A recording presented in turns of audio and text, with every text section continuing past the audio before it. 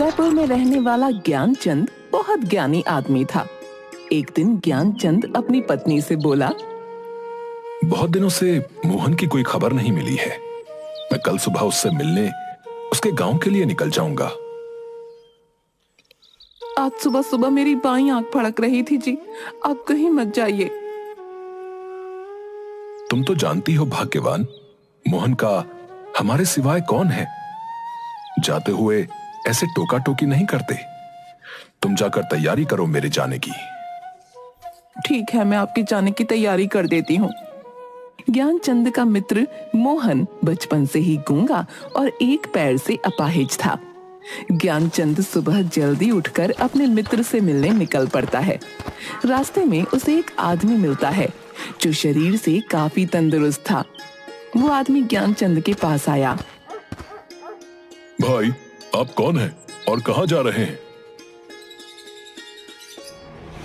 मेरा नाम ज्ञानचंद है और मैं अपने मित्र के घर संभाजी नगर जा रहा हूं। मेरा नाम महाकाल है, मुझे भी उसी तरफ जाना है। क्या मैं भी आपके साथ चल सकता हूं? मुझे ठीक से रास्ता पता नहीं है। बिल्कुल चलिए, अच्छा ही होगा। हम दोनों अगर साथ साथ चलेंगे तो समय भी जल्दी कट जाएगा। महाकाल, ये कैसा नाम है? बड़ा अजीब सा नाम है, महाकाल।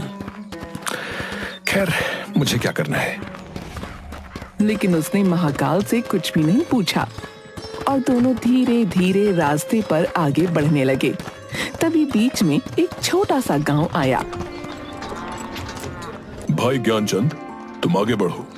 मुझे इस गांव में किसी को एक संदेश देना है।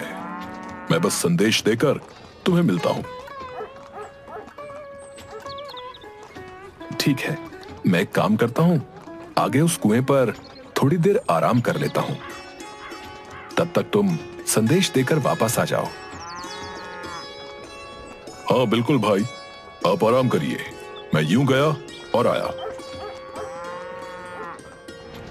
ज्ञानचंद कुएं के पास बैठकर पानी पी रहा था।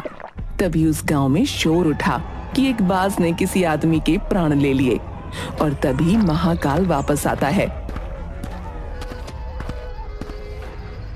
चलो मित्र, आगे चलते हैं। बहुत काम अभी बाकी है ना। हाँ हाँ भाई, चलो। तुमने संदेश बहुत जल्दी पहुंचा दिया। हाँ, मुझे जिस आदमी से मिलना था वो मुझे पास ही में मिल गया और मैं उसे संदेश देकर तुरंत लौट आया। चलो, अब अपनी यात्रा शुरू करते हैं।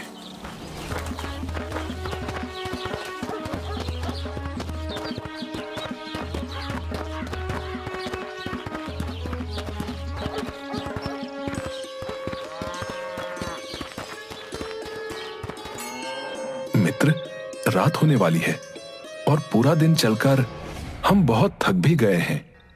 क्यों ना हम रात इसी मंदिर में रुक जाएं और यहीं आराम कर लें? तुम सही कह रहे हो। हम यहीं रुक जाते हैं और आराम कर लेते हैं और इसी बहाने से प्रभु के दर्शन भी कर लेंगे।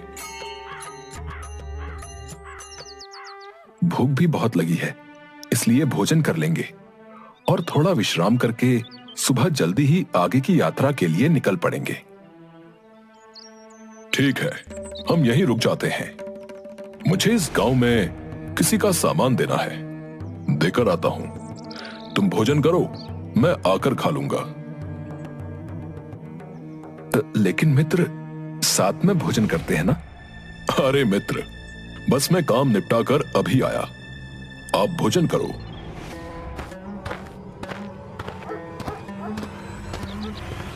अरे आग लग गई भैया!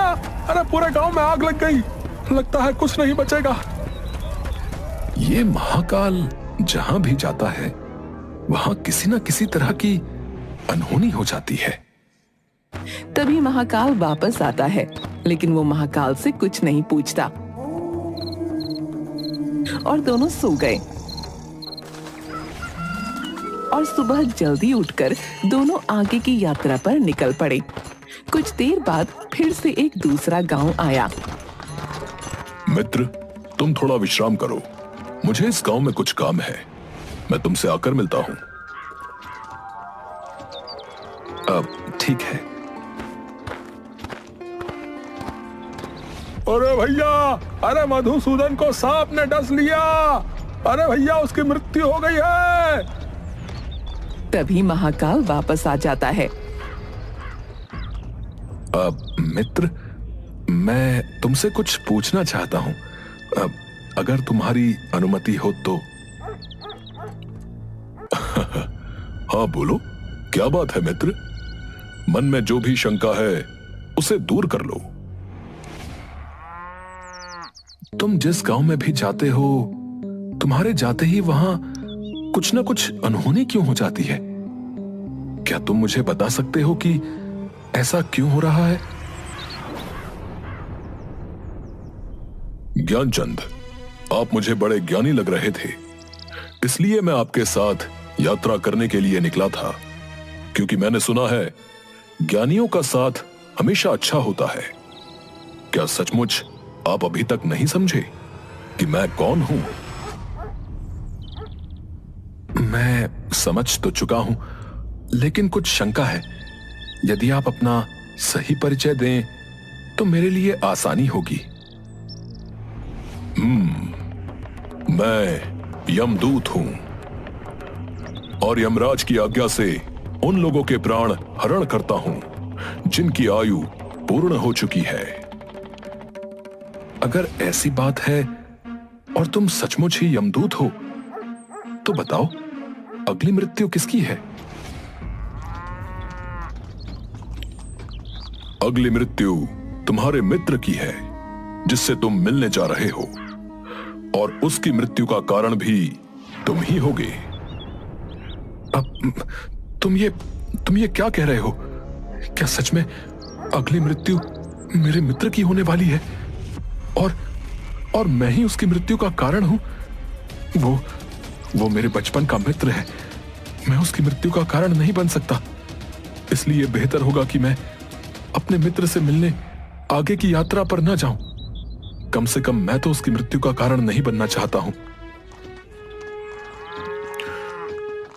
तुम जो सोच रहे हो वो मुझे भी पता है, लेकिन तुम्हारे अपने मित्र से न मिलने के विचार से नियति नहीं बदल जाएगी। तुम्हारे मित्र की मृत्यु निश्चित है और वो तुम्हारे चरणों में ही मर जाएगा। अगर ऐसा है तो मैं अपने मित्र से मिलने आगे जाऊंगा ही नहीं और अपने घर वापस लौट जाऊंगा।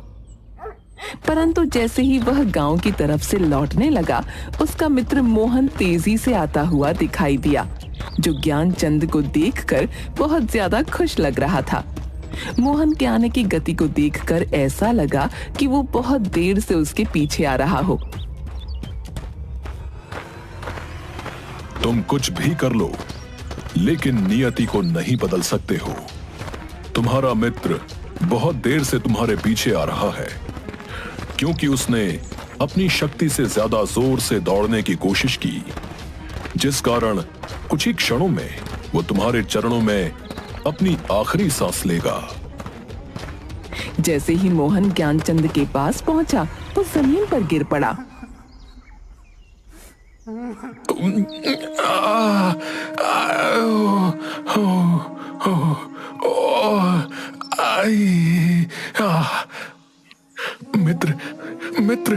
मित्र, तुम ठीक हो ना?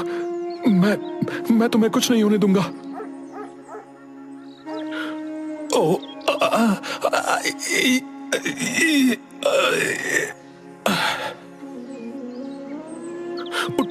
उठो मित्र, उठो। नहीं, ऐसा नहीं हो सकता।